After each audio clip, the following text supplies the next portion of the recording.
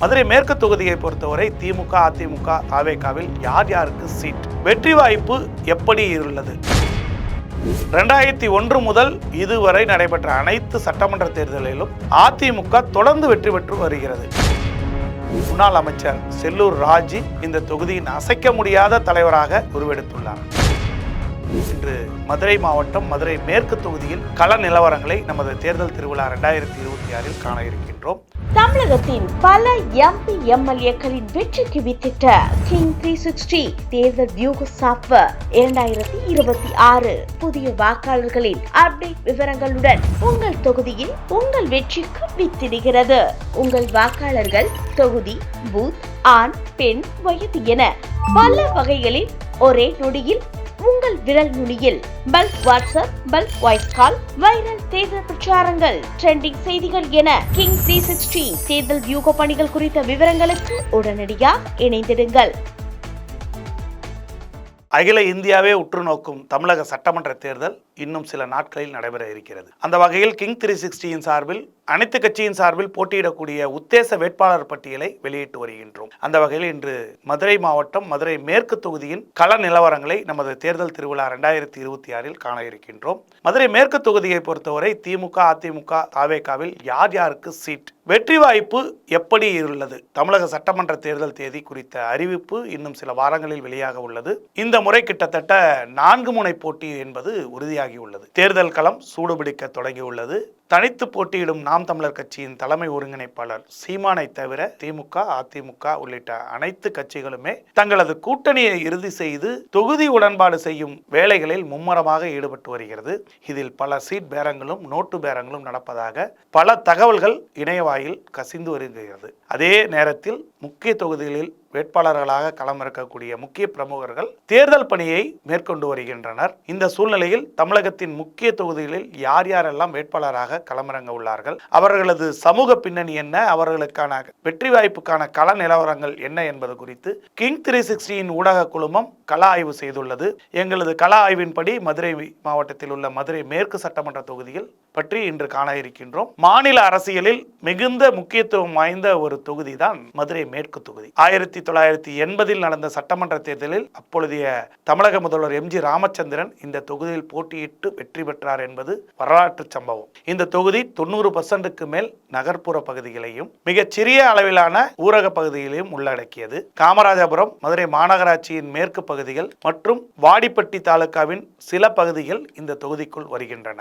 மதுரை மாவட்டத்தில் பரவலாக முக்குளத்தோர் சமூக பெரும்பான்மையான மக்கள் இருந்தாலும் மேற்கு தொகுதியில் யாதவர்கள், சௌராஷ்டிரர்கள், நாயுடு மற்றும் பிள்ளைமார்கள் மற்றும் பட்டியல் சமூகத்தினர் அதிகம் வசிக்கின்றனர். தொகுதியின் முக்கிய வணிக நிறுவனங்கள் நிறைந்த பகுதி இது. நெசவு, விவசாயம் அதிகம் இருக்கிறது. 1-2 குறுந்தொழில் நிறுவனங்களும் இங்கு செயல்பட்டு வருகின்றன.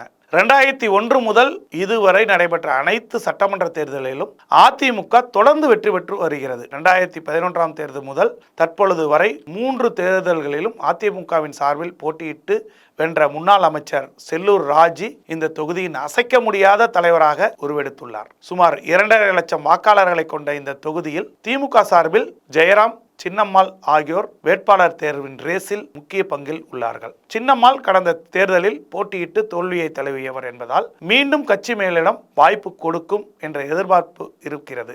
வேட்பாளர் ரேஸில் உள்ள ஜெயராம் ஆரப்பாளையம் பகுதியில் 58வது வார்டு மாமன்ற உறுப்பினராக உள்ளார். சென்ற தேர்தலில் இந்த தொகுதியில் திமுக சார்பில் போட்டியிட்ட சின்னம்மாள் தோல்வி அடைந்ததால் இந்த முறை ஜெயராமுக்கு வாய்ப்பு கிடைக்கும் என்று ஒரு தரப்பினர் எதிர்பார்ப்பு நிலவுகிறது. இவர் பிடிஆர் பழனிவேல் தியாகராஜனுடைய நேரடி ஆதரவாளர். அமைச்சரின் சிபாரிசின் பேரில் தனக்கு வாய்ப்பு கிடைக்கும் என்ற நம்பிக்கையில் கடந்த சில மாதங்களாகவே தொகுதியில் பல்வேறு இடங்களில் அடிப்படை வசதி உள்ளிட்ட குறைபாடுகளை நிவர்த்தி செய்யும் முயற்சியை எடுத்து வருகிறார். அதிமுக சார்பில் மீண்டும் செல்லூர் கே ராஜுக்கே வேட்பாளராகும் வாய்ப்பு வழங்கப்படும் என தெரிகிறது. முக்குளத்தோர் சமுதாயத்தைச் சேர்ந்த செல்லூர் ராஜு அவர்கள் இந்த தொகுதியில் 3 முறை வென்று ஹேட்ரிக் சாதனை படைத்தவர். இவர் இந்த தொகுதியிலேயே வசிப்பது கூடுதல் பலம். நகர் மாவட்ட செயலாளராக உள்ள இவர் கட்சியினரிடையே நல்ல இணக்கமாக போக்குடன் இருப்பதால் தொண்டர்கள் ஆதரவு நன்றாகவே இருக்கிறது. பொதுமக்களிடம் நெருங்கி பழகுவதில் எளிமையானவர். செல்லூர் ராஜி குறைகளை கேட்டறிந்து சரி செய்வதில் கில்லியாக இருக்கிறார்.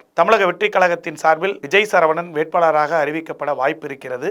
இவர் மதுரை மேற்கு பகுதி அதிகாரப்பூர்வ நிர்வாகியாகவும் தமிழக வெற்றி கழகத்தின் முக்கிய ஒருங்கிணைப்பாளராகவும் ஆவார். மதுரை மேற்கு தொகுதிக்கு உட்பட்ட பகுதிகளில் கட்சியின் உறுப்பினர் சேர்க்கை முகாம்களை, மக்கள் நலத்திட்டங்கள் மற்றும் கட்சி தொடர்பான களப்பணிகளை விஜய் சரவணன் முன்னின்று நடத்தி வருகிறார். இவரின் அதிகாரப்பூர்வ இன்ஸ்டாகிராம் பக்கத்தின் வாயிலாக மதுரை மேற்கு தொகுதிக்கான கட்சியின் செயல்பாடுகளை தொடர்ந்து பதிவிட்டு குறிப்பிடத்தக்க நபராக உலா வந்து கொண்டிருக்கிறார். நாம் தமிழர் கட்சியின் சார்பில் விக்னேஷ்குமார் வேட்பாளராக அறிவிக்கப்பட்டுள்ளார்.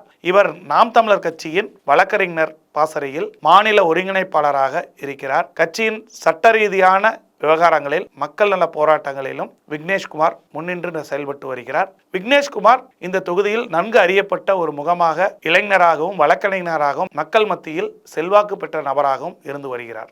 அதிமுகவின் கோட்டையாக இருக்கும் இந்த தொகுதியில் காவிரி கூட்டு குடிநீர் திட்டம் முழுமையாக நிறைவு செய்யப்படவில்லை. கழிவுநீர் பம்பிங் ஸ்டேஷன் அமைக்கப்படாமல் கழிவுநீர் பிரச்சனை நீடிப்பதாகவும் தொடர் புகார்கள் வந்த வண்ணம் இருக்கிறது. இந்த தொகுதியில் மகளிர் கல்லூரி வேண்டும் என நீண்ட காலமாக கோரிக்கை வைத்து வருகிறார்கள். அது தொடர்ந்து கிடப்பிலேயே போடப்பட்டு வருகிறது. பல பகுதிகள் அடிப்படை வசதி கூட சரிவர செய்யப்படாமல் உள்ளது என்பதோடு ஆரம்ப சுகாதார நிலையங்கள் குறைவாகவே இருப்பதாகவும் பொதுமக்கள் தரப்பில் தெரிவிக்கப்படுகிறது. அது மட்டுமன்றி பல பகுதிகளில் 4 நாட்களுக்கு ஒரு முறை குடிநீர் விநியோகம் இருப்பதால், அதுவும் சில நேரங்களில் கழிவுநீர் கலந்து குடிநீர் வருவதாக பொதுமக்கள் வேதனை தெரிவிக்கிறார்கள்.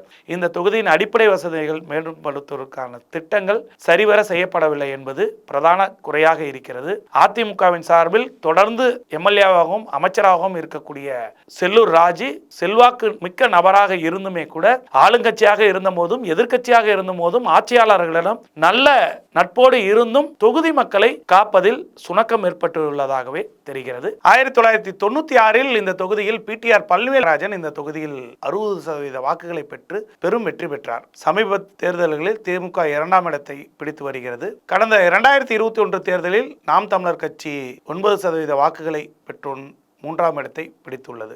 மக்கள் நீதி மையம் 7.8% வாக்குகளை பெற்றது என்பது குறிப்பிடத்தக்கது. தற்பொழுதைய எம்எல்ஏ செல்லூர் ராஜி அதிமுகவின் மதுரை மாநகர மாவட்ட செயலாளராக இருப்பதால் அவரிடம் உள்ள வலுவான கட்சி அமைப்பு கொண்ட பலம் மற்றும் அடிமட்ட தொண்டர்களின் பலமும் அவருக்கு தொடர்ந்து வெற்றியை தேடித்தரும் முக்கிய காரணியாக இருந்து வருகிறது. மேலும் இந்த தொகுதியில் முக்குளத்தோர் சமூகத்தினர் வாக்குகள் 30% இருப்பது அதிமுகவுக்கு கூடுதல் பலம். 2026 சட்டமன்ற தேர்தலில் கடந்த முறை 18,224 வாக்குகளை பெற்ற நாம் தமிழர் கட்சி மற்றும் புதிதாக களமிறங்கும் தமிழக வெற்றி கழகம் ஆகியவை இந்த தொகுதியின் வெற்றி தோல்வியை தீர்மானிக்கும் முக்கிய சக்தியாக, காரணிகளாக உருவாகி இருக்கும் என்பது எதிர்பார்க்கப்படுவதால் இந்த தொகுதியின் வெற்றி கனியை யார் பறிப்பார்கள் என்பது இறுதி வரை தெரியாத சூழ்நிலை தான் இருக்கும் என்பதும், இன்னும் சில வாரங்களில் இந்த நிலவரம் மாறலாம் எனவும் எதிர்பார்க்கப்படுகிறது. பார்க்கலாம் வருங்காலங்களில் தொகுதி நிலவரம் எப்படி இருக்கும் என்பதை காணலாம். கடந்த தேர்தலில் பல எம்பிக்களையும் எம்எல்ஏக்களையும் உருவாக்கிய கிங் 360 எலெக்ஷன் மேனேஜ்மெண்ட் சாஃப்ட்வேர் மூலம் உங்கள் தொகுதியின் வெற்றியை உறுதி செய்து கொள்ளுங்கள். உங்கள் வாக்காளர்களை ஒரே நொடியில் எளிதாக சென்றடையும் வகையில் உருவாக்கப்பட்டுள்ளது. உங்கள் வெற்றியை தீர்மானிக்கும் இடத்தில் கிங் 360 எலெக்ஷன் மேனேஜ்மெண்ட் சாஃப்ட்வேர் இருக்கும் என்பதில் ஐயமில்லை. முழு விவரங்கள் அறிய எங்களது அலைபேசி எண்ணில் தொடர்பு கொள்ளுங்கள். தமிழகத்தின் பல எம்பி எம்எல்ஏக்களின் வெற்றிக்கு வித்திட்ட கிங் 360 தேர்தல் வியூக சாஃப்ட்வேர் 2026 புதிய வாக்காளர்களின் அப்டேட் விவரங்களுடன் உங்கள் தொகுதியில் உங்கள் வெற்றிக்கு வித்திடுகிறது.